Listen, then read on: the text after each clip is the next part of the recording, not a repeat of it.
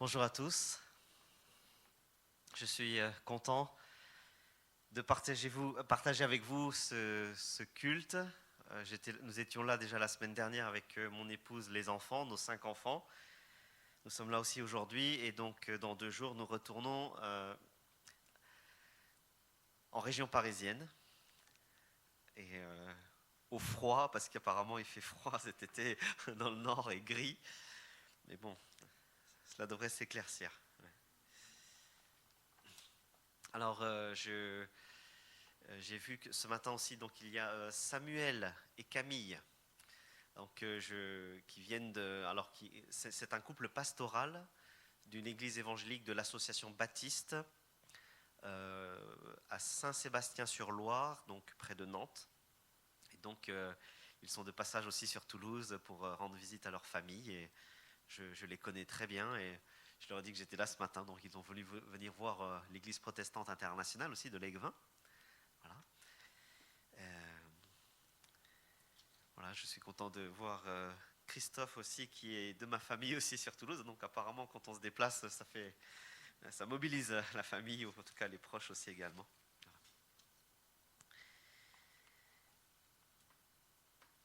La semaine dernière, nous avons abordé le thème d'être chrétien en vacances. Il y a 2 semaines, le thème c'était être chrétien au travail. Et aujourd'hui, le thème de ce matin, ce sera tout simplement en fait message d'un orateur de passage. Message d'un orateur de passage, puisque je ne suis qu'un orateur de passage. Quelques mots d'un orateur de passage, et je m'appuierai sur le texte du livre des Actes, chapitre 15, verset 36, au chapitre 16, verset 5. Et nous allons lire ensemble le texte dans la version dite de la Semeur. En tout cas, c'est la version qui sera affichée et projetée. Message d'un orateur de passage, je m'appuierai sur Acte 15, verset 36, à Acte 16, verset 5. 11 versets. Lisons ensemble la parole de Dieu. Après quelque temps, Paul dit à Barnabas, « Partons refaire le tour de toutes les villes où nous avons annoncé la parole du Seigneur et rendons visite aux frères pour voir ce qu'ils deviennent. » Mais Barnabas voulait emmener avec lui Jean, appelé aussi Marc, mais Paul estimait qu'il ne convenait pas de prendre avec eux celui qui les avait abandonnés en Pamphylie et qui ne les avait pas accompagnés dans leur œuvre. Leur désaccord fut si profond qu'ils se séparèrent. Barnabas emmena Marc avec lui et s'embarqua pour Chypre. Paul, de son côté, choisit Silas et partit avec lui, après avoir été confié par les frères à la grâce du Seigneur. Il parcourut la Syrie et la Cilicie en fortifiant les églises. Chapitre 16, verset 1. Paul se rendit ensuite à Derbé, puis à Lystre. Il y trouva un disciple nommé Timothée. Sa mère était une croyante d'origine juive et son père était grec. Les frères de Lystre et d'Iconium disaient beaucoup de bien de lui. Paul désira le prendre avec lui. Il l'emmena donc et il le fit circoncire par égard pour les Juifs qui habitaient dans ces régions et qui savaient tous que son père était grec. Dans toutes les villes où il passait, il communiquait aux frères les décisions prises par les apôtres et les responsables d'église de Jérusalem, les responsables de l'église de Jérusalem, en leur demandant de s'y conformer. Les églises s'affermissaient dans la foi et voyaient augmenter chaque jour le nombre de leurs membres. Fin de la lecture. Je vais prier. Prions.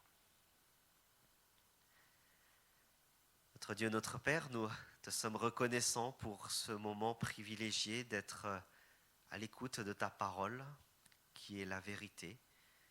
Et nous te prions que ton Esprit Saint nous équipe de patience, d'intelligence et de sagesse pour que nous puissions saisir ce que tu veux nous dire ce matin et que nous puissions nous conformer et être transformés par ta parole pour vivre selon ta volonté. Nous te prions d'être avec nous et de nous encourager et que ton nom soit glorifié par ces instants. Nous te remercions et nous te prions au nom de Jésus. Amen. Quand j'avais 8 ans, nous avons reçu la visite d'un proche qui venait des États-Unis, un grand-père. Et à l'occasion, nos parents nous ont réunis autour de ce grand-père. Et tous les enfants, tous les oncles, toute la famille était là, réunis. Et mon père a dit, écoutez bien, grand-père va dire quelque chose de très important. Et là, il est venu, et moi j'avais 8 ans, donc je voulais savoir qu'est-ce qu'il allait dire. Et il a dit, Tao xie gen dao. Alors c'est en Hmong, bien sûr. Hein. Ça veut dire travaille bien à l'école, persévérer à l'école. Et cet instant un peu solennel, cette phrase un petit peu dans un cadre bien précis, est restée dans mon cœur. Et ça m'a accompagné. Je me suis dit, bon, il a dit ça, c'est que ça doit être important, je vais continuer. Oui. Aujourd'hui, le Seigneur nous a réunis et c'est à mon tour de vous donner une parole un peu solennelle. Message d'un orateur de passage. Dans ce texte que nous avons lu, Paul va jouer aussi cet orateur de passage. Il va parcourir les églises. Ce texte se situe juste donc après la mort, la résurrection de Jésus-Christ, l'émergence de l'église primitive, la croissance de l'église, et donc il y a du bon comme du moins bon, il y a des soucis. Il y a le premier concile, la première assemblée générale de l'église qui a lieu dans le livre des Actes 15 à Jérusalem, et juste après, l'apôtre Paul va repartir, et le texte nous dit, partons faire la tournée des églises, le road trip du Moyen-Orient, en tout cas l'Europe Moyen-Orient, pour visiter de nouveau les églises et voir ce qu'ils deviennent. Alors, je n'ai pas implanté votre église, certes, je ne suis que l'orateur de passage, mais tout comme Paul est parti encourager les églises, j'aimerais vous laisser 3 phrases, 3 idées à partir de ce texte, comme un rappel, comme un encouragement pour chacun d'entre nous ce matin. Donc, que peut rappeler un orateur de passage ? Que peut rappeler un orateur de passage ? Next. Premièrement, il encourage à persévérer dans la foi. Il encourage à persévérer dans la foi. Donc, verset 36, il est dit que l'apôtre Paul est parti faire le tour des églises et leur rendre visite. Verset 41, le texte nous dit qu'il parcourait toutes les églises pour les fortifier dans la foi, pour les encourager et les fortifier dans la foi. Et au chapitre 6, verset 5, il nous est dit que les églises s'affermissaient dans la foi et que le nombre de leurs membres augmentait. L'apôtre Paul avait en tête tout simplement d'encourager les églises. Une exhortation, un encouragement à tenir bon, à tenir ferme dans la foi. Dans le texte, il y a au moins 3 types d'épreuves, ou en tout cas 3 obstacles à la foi que je vais mentionner. Tout d'abord, le désengagement personnel de Marc, le désaccord entre des collaborateurs de l'Évangile, et troisièmement, un contexte, en tout cas l'hostilité du contexte à la foi. Dans le texte que nous voyons, lorsque Paul et Barnabas, 2 frères d'armes, décident de retourner et visiter les églises, il y a un épisode qui est très malheureux, c'est celui du débat d'emmener ou de laisser Marc avec eux. Le texte dit que Marc les a abandonnés, tout simplement. Et il ne les a pas accompagnés. Leurs désaccords furent si profonds qu'ils se séparèrent, alors que Marc et Barnabas étaient comme 2 frères dans la foi, certes, mais aussi dans le ministère. Il y a un conflit qui se passe, un conflit si profond qu'ils vont se séparer et chacun va faire route à part. L'apôtre Paul ne s'est pas laissé intimider ou décourager par cela. Il poursuit son chemin, il prend avec lui un autre personnage. Mais dans la foi, souvent, ce qui décourage, c'est le désaccord entre les personnes. Ce n'est pas un problème forcément de foi ou de doctrine, mais c'est lorsqu'on ne se comprend pas toujours. Voici, moi je préfère faire les choses ainsi. Ah non, moi je préfère faire la louange ainsi. Moi je préfère mener l'école du dimanche ainsi. Ah non, moi je préfère faire les choses ainsi. Et ce n'est pas toujours un problème de foi, mais souvent le découragement vient parce qu'on n'est pas toujours d'accord sur des choses pratiques aussi, ce qui est le cas ici. Je ne sais pas comment vont les relations dans notre église ici à Léguevin. En tout cas, il pourrait y avoir du désengagement parce que nous ne sommes pas toujours à l'aise avec d'autres personnes. Marc aussi est un exemple aussi de découragement. On ne sait pas trop ce qui s'est passé dans son cœur. Est-ce qu'il était tenté de revenir à sa vie? Est-ce qu'il avait peur de s'engager pleinement? Est-ce qu'il avait des tentations personnelles? En tout cas, il n'est pas allé plus loin que la Pamphylie. Bien sûr, ça ira beaucoup mieux pour lui par la suite parce que Dieu va l'utiliser pour écrire l'évangile de Marc, mais le désengagement personnel fait partie, en tout cas le découragement personnel fait partie de notre marche chrétienne.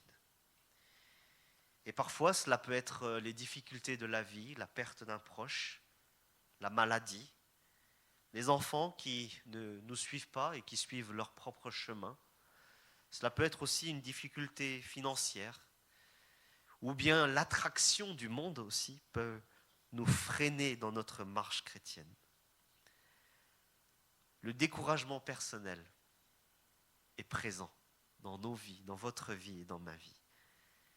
Mais la parole de Dieu nous encourage à aller au-delà de cela et à continuer notre marche, à poursuivre la course quoi qu'il arrive. Le deuxième obstacle qu'on voit dans ce texte, c'est justement ce désaccord entre collaborateurs, entre deux amis, deux frères, Paul et Barnabas. Leur désaccord fut si profond qu'ils se séparèrent. Et certes, il y a parfois des déceptions dans l'Église. On a du mal parfois à se comprendre, à se pardonner, les problèmes de communication. Et comme je le disais tout à l'heure, ce n'est pas toujours un problème de foi ou de connaissance biblique. Le troisième obstacle, en tout cas la difficulté que l'on peut voir dans ce texte, c'est la pression du contexte hostile ou ambiant. On voit que l'apôtre Paul va emmener avec lui Timothée par la suite, mais il va le faire circoncire par égard des Juifs qui habitaient dans ces régions. Parce que Timothée est juif, mais pas encore circoncis, et par peur de faire faux bond, en tout cas de faire obstacle et d'être un mauvais témoignage envers les Juifs de la région, Paul va se forcer, en tout cas, va obliger quelque part Timothée à se faire circoncire pour ne pas être un obstacle. Et parfois, le contexte dans lequel nous vivons fait que nous sommes bloqués. Quel choix nous devons faire pour ne pas être un obstacle, pour être une pierre d'achoppement, comme dira l'apôtre Paul aux Corinthiens, pour amener un maximum de personnes à l'évangile. Et les obstacles de la vie, dans la vôtre comme dans la mienne, sont courants. Obstacles économiques, politiques, parfois culturels, qui font que nous pouvons nous poser des questions et rester sur place ou être bloqués par rapport à la foi et être découragés nous-mêmes. La Bible ne manque pas de personnes qui sont eux-mêmes découragées dans leur marche chrétienne. Moïse était dépressif, découragé face à l'incrédulité ou au péché du peuple. Élie, le prophète par excellence, a demandé lui-même la mort face au découragement, face à l'opposition grandissante malgré les miracles. John Stott, le célèbre théologien, disait que Le découragement n'est qu'à une génération. Nous sommes là aujourd'hui, mais nous ne sommes qu'à une génération de l'apostasie, de l'abandon de la foi. Et les statistiques aujourd'hui nous montrent que pour 2 personnes qui se tournent vers Jésus, 1 personne renonce déjà à la foi chrétienne. Dans Pew Research, si vous allez vous-même regarder. Et moi-même, vous et moi, nous connaissons des personnes qui abandonnent la foi au bout de quelques années, jeunes ou moins jeunes dans la foi d'ailleurs, parce que nous avons été soit déçus par l'Église, par nos relations, nous avons été aspirés par le monde, ou bien nous ne sommes pas compris, mais la persévérance est de rigueur dans notre foi. Et c'est pour ça que la parole de Dieu nous encourage à persévérer dans notre course, à ne pas croire que nous sommes assez forts, que chacun qui pense être debout prenne garde de tomber, dit l'apôtre Paul aux Corinthiens. Persévérer dans la sainteté, la prière, dans les finances. Si vous êtes là ce matin, si nous sommes là ce matin, nous sommes sur le bon chemin. N'abandonnons pas le Seigneur, quel que soit notre parcours personnel. Nous avons en région parisienne le Paris Saint-Germain. Et vous avez dans le sud le Stade Toulousain. Alors j'ai mis sur cette photo, la photo suivante, next, le TFC. Le TFC, qui d'ailleurs a remporté la Coupe de France cette année, bravo, chapeau. Mais je ne connais, désolé, aucun des joueurs du TFC, malheureusement. Neymar, Messi, bref, tous les joueurs du PSG, voilà. Mais je ne connais malheureusement aucun joueur du TFC, désolé vraiment. Pardon ?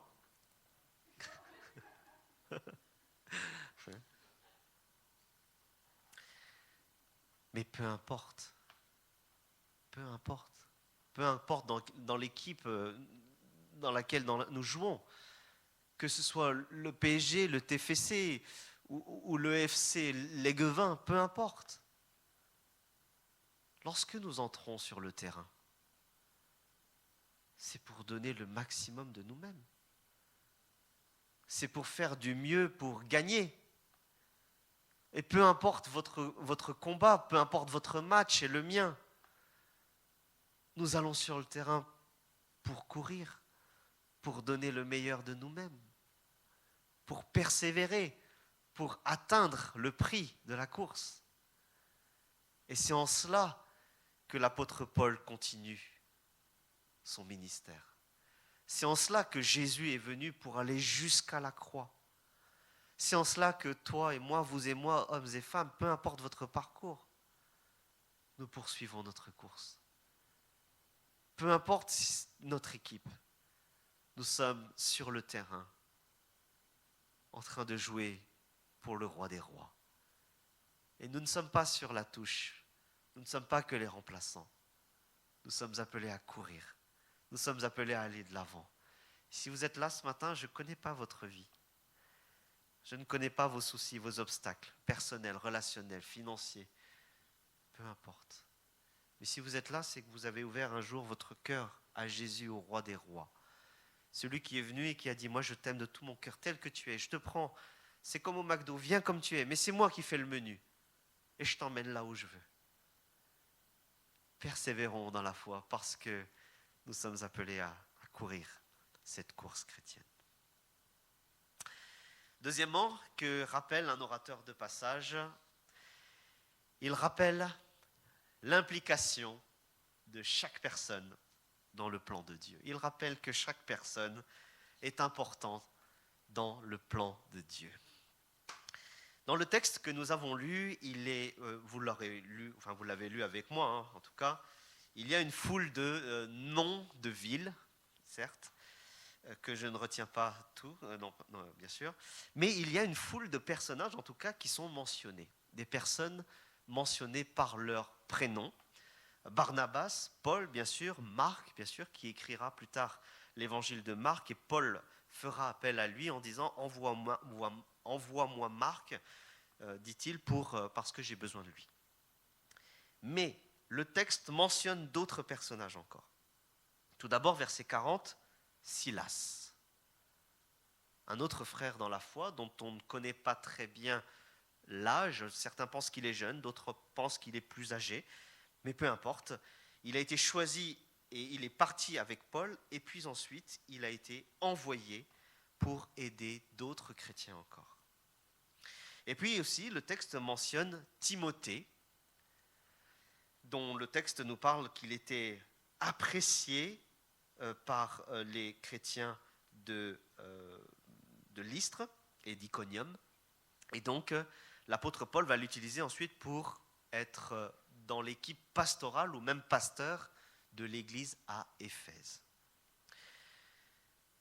L'apôtre Paul, à ses côtés, on mentionne des dizaines et dizaines de collaborateurs. En tout cas, ce texte nous rappelle que nous parlons de personnes individuelles, hommes ou femmes d'ailleurs. Il nous rappelle que dans l'œuvre de Dieu, lorsqu'on avance, chaque personne a une place dans le plan de Dieu. Comme je le disais tout à l'heure, Marc ira mieux, il écrira l'évangile de Marc. Et les autres personnes vont tous jouer un rôle important, que ce soit à Chypre, Éphèse, en Macédoine.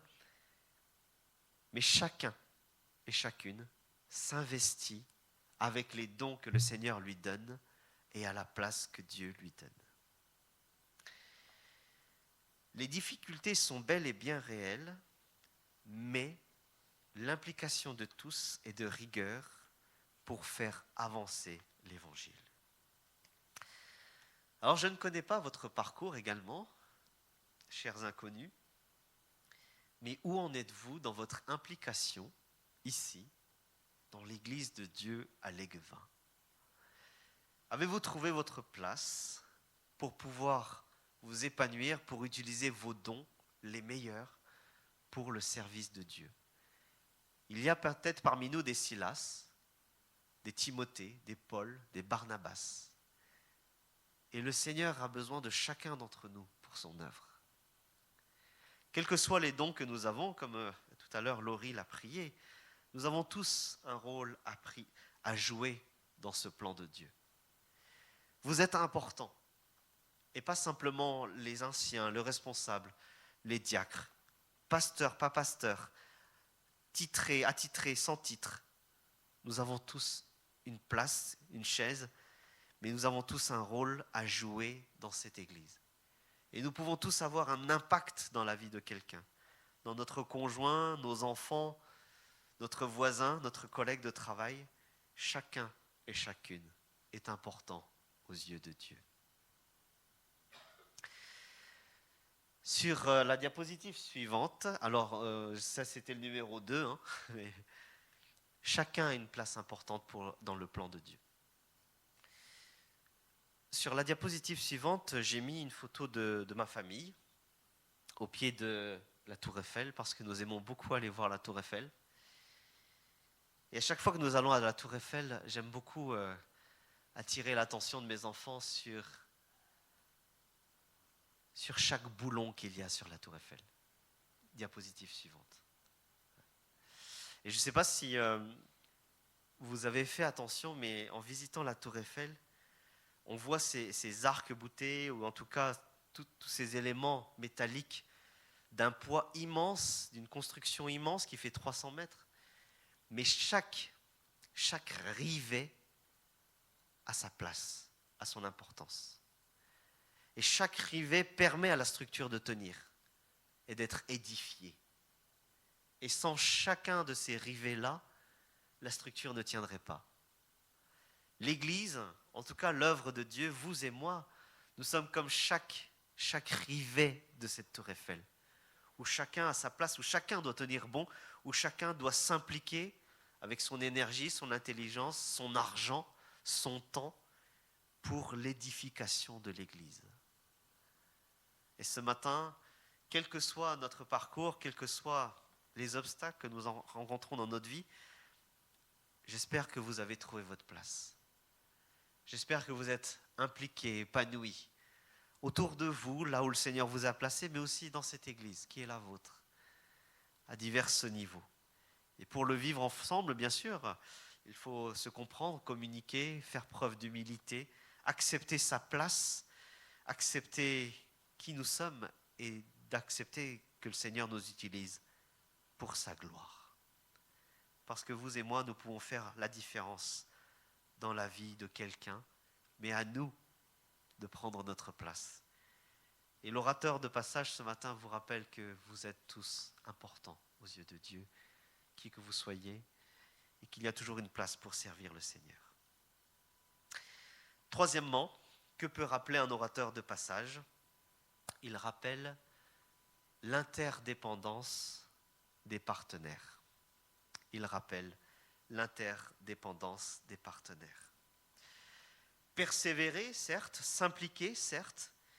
Et troisièmement, l'apôtre Paul, lorsqu'il visite les églises, il rappelle que les personnes, et même les églises d'ailleurs, sont interdépendantes. Verset 4, dans toutes les villes où il passait, l'apôtre Paul communiquait aux frères les décisions prises par les apôtres et les responsables de l'église de Jérusalem en leur demandant de s'y conformer.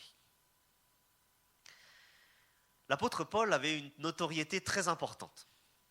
Il aurait pu faire en sorte que tout tourne autour de sa personne. Je n'ai pas besoin de vous, vous n'avez pas besoin des autres. Mais pour l'apôtre Paul, une église, et même un chrétien, n'est jamais quelqu'un d'isolé, seul dans son coin. Mais chaque église et chaque personne fait toujours partie d'un réseau. Le réseau d'une église, le réseau d'une communauté. Et l'église locale n'est qu'en fait une infime partie de l'église de Dieu universelle.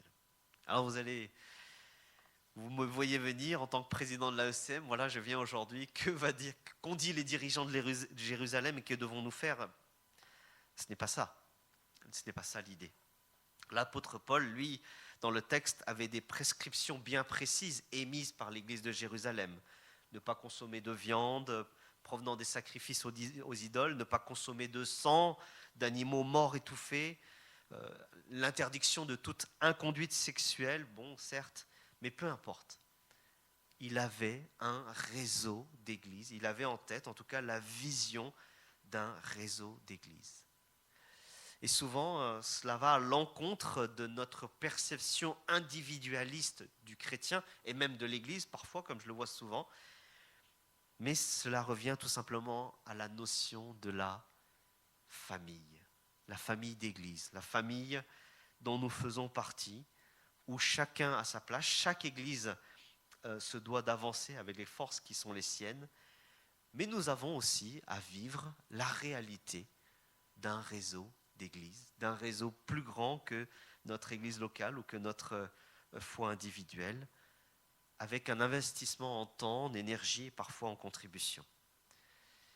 Et je le vois, en tout cas pour avoir eu l'occasion de discuter avec vos responsables d'église, Yann, Mathieu, Paul et d'autres, je vois à quel point votre église a un réseau important avec l'église de Toulouse, avec Teen Street, comme la sœur l'a prié tout à l'heure, et je vois le rayonnement de notre église internationale ici.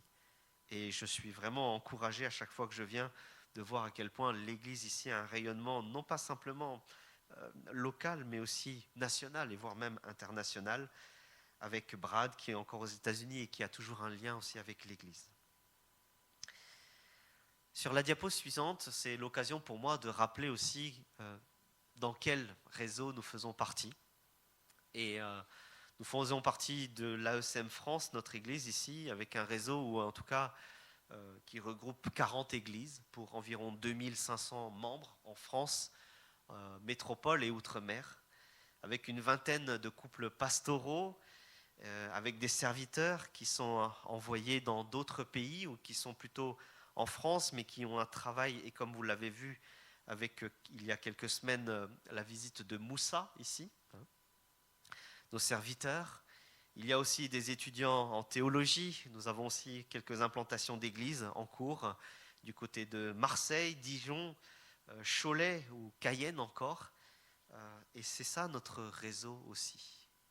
Sur la diapositive suivante, je rappelle que ce réseau n'est pas simplement en France, mais le réseau de l'Alliance est national, européen, voire même international.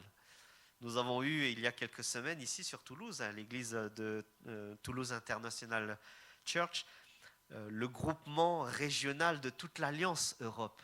Et une centaine de personnes est venue pour pouvoir vivre pour la communion fraternelle, mais aussi pour nous recentrer sur la mission que le Seigneur nous a confiée. Et notre réseau de l'Alliance internationale, présent dans plus de 90 pays, avec des centaines de milliers de membres, de serviteurs de par le monde. Et c'est ça aussi notre réseau de la famille de l'Alliance. Enfin, sur la diapositive suivante, je rappelle aussi que notre réseau, en tout cas le réseau dans lequel l'église de Léguevin fait partie, c'est chaque membre individuel qui fait partie d'une église et qui fait partie de l'union d'églises de l'AECM France. Et l'AECM France est impliqué dans deux pans très importants. Tout d'abord, sur votre gauche, le pan de la famille de l'Alliance, qui est regroupé donc par région, Europe, et puis au niveau international, par ce qu'on appelle l'Union mondiale de l'Alliance, ou Alliance World Fellowship. Et donc ça, c'est tout un pan de notre réseau avec lequel nous vivons la communion fraternelle, mais aussi la solidarité dans la prière et financière dans la mission. Mais l'AECM France fait aussi partie d'un réseau, et le réseau francophone, en tout cas français, dans lequel nous voulons nous impliquer, dans lequel nous avons aussi un pied. Et l'AECM France, nous avons des liens avec les instituts bibliques de Genève et de Nogent-sur-Marne, dans lequel je fais partie du conseil ou de l'Assemblée générale. Mais l'AECM France fait partie aussi du réseau FEF, qui représente aussi notre sensibilité théologique et qui elle-même fait partie du CNEF, le Conseil national des évangéliques de France, à un certain degré, bien sûr, j'en suis bien conscient, où il y a des églises évangéliques issues d'autres sensibilités théologiques, comme les pentecôtistes ou bien les assemblées de Dieu, voire même le pôle charismatique. Et le CNEF, lui, a un pied, en tout cas, est en lien avec le ministère de l'Intérieur. Et tout ça, ce sont nos réseaux, en tout cas, lorsque nous sommes dans une église locale, qui fait partie d'un réseau beaucoup plus large, beaucoup plus grand. Je crois que c'est en cela que nous vivons l'interdépendance mutuelle, en tout cas celle que je pense que Paul voulait développer partout où il allait. Et c'est l'occasion pour l'orateur de passage de rappeler que nous vivons la foi, certes de manière individuelle, mais collective, avec notre Église, mais aussi dans un réseau beaucoup plus large encore. Bref, tout ça pour dire quoi? En conclusion, ce matin, quelques mots d'un orateur de passage, pour nous rappeler que nous sommes sur le bon chemin et que nous avons à persévérer avec le Seigneur. Mais aussi que chacun d'entre nous a sa place dans l'Église de Dieu pour nous impliquer. Et aussi que nous sommes appelés à vivre l'interdépendance dans un réseau beaucoup plus large que nous voyons. Dans la fin de cette portion de texte, il est dit que les églises s'affermissaient dans la foi et voyaient augmenter chaque jour le nombre de leurs membres. Parce que tout ce que je vous le dis là ce matin, ce n'est pas simplement pour que nous soyons dans notre confort spirituel. Ce n'est pas simplement pour que nous puissions nous occuper à faire quelque chose dans l'église. Ce n'est pas simplement pour être bien, ça y est, on fait partie d'un même réseau, d'un même label. Mais le but final, qu'est-ce que c'est? C'est d'amener des personnes à Jésus. Parce que c'est à cela que nous avons été appelés. Et c'est ne jamais oublier que l'église n'est pas simplement un club, un lieu de refuge, ou un lieu où on cherche à être bien entre nous, mais un lieu justement où on peut inviter des personnes à connaître Jésus, à voir que Dieu les aime, à comprendre que Dieu veut leur cœur et leur vie pour les sauver. Je ne suis que l'orateur de passage, je ne connais pas tout, mais que le Seigneur nous aide à avancer, persévérer dans notre foi, dans notre implication et dans notre solidarité commune. Que le Seigneur vous bénisse, chacun et chacune. Amen.